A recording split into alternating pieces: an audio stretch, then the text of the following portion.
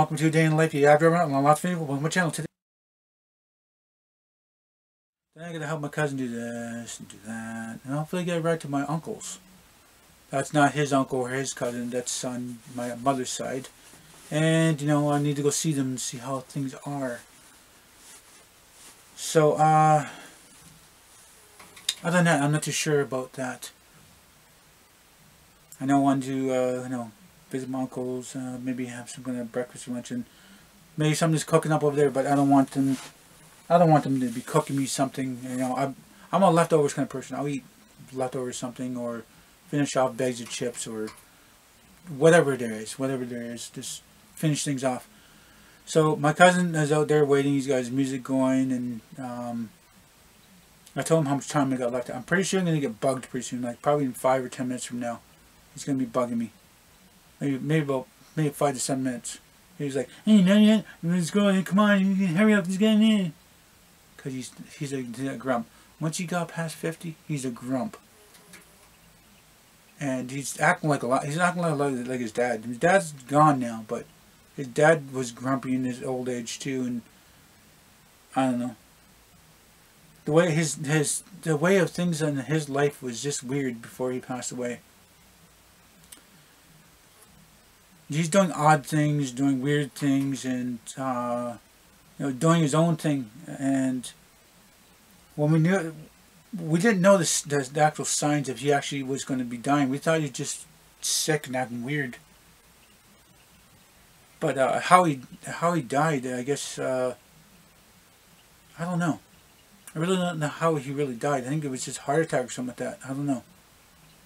But what I do know is that day in question is that he was sitting in the armchair, like lazy boy armchair, and towards his right he has a air conditioner full blast in front, blown at him, and then over here he's got a heater blasting over here and stuff like that. Then he's got a fan on low blowing on his face. Now he either was sick, and then this is one way to, you know, just put his body to like the last things of, you know, the last time of his life, to actually give up on life. Maybe that was what it is. Not really committed suicide, but you know, pushing your body to the limits that your body's going to give up, and you know, your life's done. But I don't know how it is, but I think he might have died of pneumonia or heart attack or something like that. I think he died of ammonia or something like that, and he just looked sick, and I know he went. I don't know. I don't think my aunt did have a fight with him, or you know, to get him to act that way. It was just weird. But anyway, he's gone now, and aunt was gone. I think she's gone 3 or 4 years now.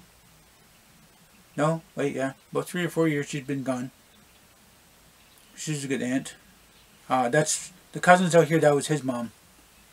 So he's living over at the uncle's, and his brother is taking care of the house. I don't know if it's really his house, but he's living there. He's taking care of it. And so their sister, the oldest of the siblings, she's having health problems too. So she might be coming to the reserve. There's a high chance, you know, she might be coming to the reserve. You know, she could. And I don't know if she's going to be moving into her mom's old house. I don't know if that's in the cards, because you know, people are trying to control her life. You know, she's going to do her life the way she wants to do it. And well, it's her life, you know. She can do whatever she wants to do. She move here, move there. She doesn't want to move with her children, you know, there's reasons of that. I'm not going to get into that. I was just about to talk about it, but no, I'm not going to get into it. There's no point in getting into that. I got about over 9 minutes left of this video, So let's talk about just about families that passed away, or cool families and stuff like that. I don't know. Let's do a recap of when I was just moving back to the reserve, because I was on reserve as a baby, and then shortly after the baby went to the city, and then back on the reserve when I was a kid for a bit, and went back to the city, back to the reserve when I was a teenager stuff. That's back and forth, but during summers. I think mostly during summers at my grandparents' stuff. But shortly after my young teenage years and just getting to high school, my dad moved to the reserve to make sure things get done for his house. He got things done, and I was living in that my aunt's house, my grandma's, my dad's mom. So there was my dad's mom, his sister, my aunt, my uncle there, my little cousin, who was little at the time, and another cousin and me, and it was so crammed. There's not really much places to sleep. So it was kind of crammed, and I ended up going over to my grandfather's, where it was across the street.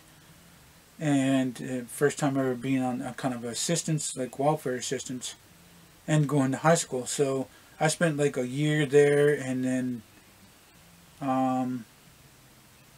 I spent a couple years here. I think a couple years here, living here, and then I got tired of all the problems and stuff, and then moving back to the city, moving with cousins. I've been there 21 years now. Pretty soon going to be going on 22 years. 22 years in those cities. Well, not that specific city, but in the city alone. But that's the way it was. I mean, I guess my dad's mom's place got built before him. I would probably be 2 or 3 years before he got his house built. And this house was here first.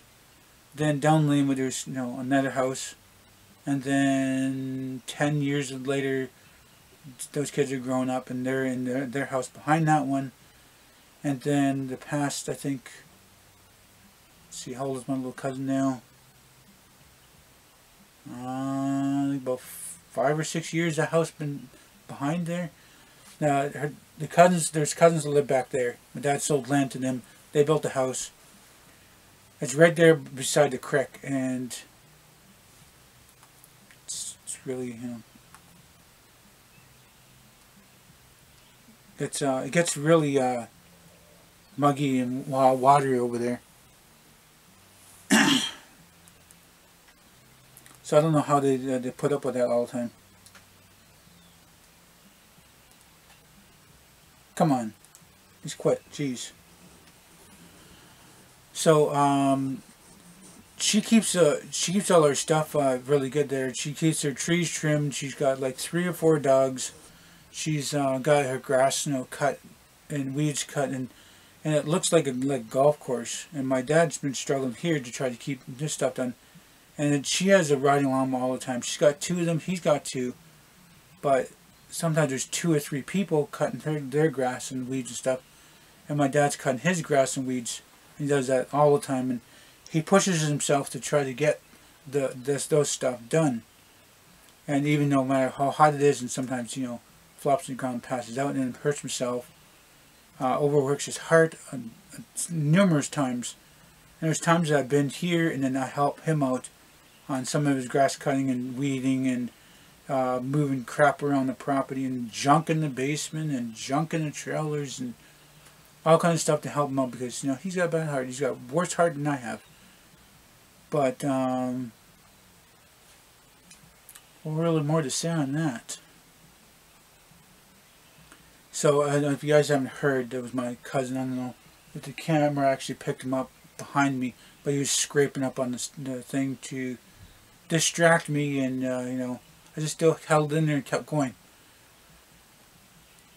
So let's see, what was I going to say now? I don't know what to talk about. Oh, talking about, you know, family and deaths and stuff like that. And like I said, I had enough of here because of the drinking. Same cousin here, drinking. Back then, my dad partying and drinking, and you know, before I'm going to school is partying and drinking. While I'm at school is partying and drinking. When I get home from school is partying and drinking. Drinking and partying on the weekend, and it's going on. Get out of the high school, and on my way to go to college, but didn't have enough of the courses right, I guess. I did all basic because, you know, oh yeah, you do all basic, you're going to get into college, no problem, blah, blah, blah. It's like, now college wants general and advanced. Not only just basic, they want a bunch of jumbo and general, you know, advanced to get into college. It's like, screw that. I'm going out to look for work. I look for work, look for work. On assistance still. Look for work, found some work. And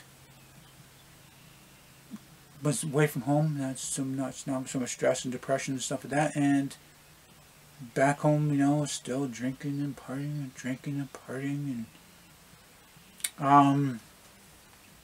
I don't know. A bunch of drinking and partying, and then I started working at the racetrack. That was fun. There was a lot of stuff to do there. And I got tired of being at home doing, you know, crap, that I started taking up a night job too. Same place, getting paid. I was getting paid, I think, only $5 an hour. And then I had my assistants. My assistants was cut down a little bit, and whatever, but paid $5 an hour. And then I did the night job, and I started getting another $5 an hour, so that's $10, and $10 an hour plus the assistants.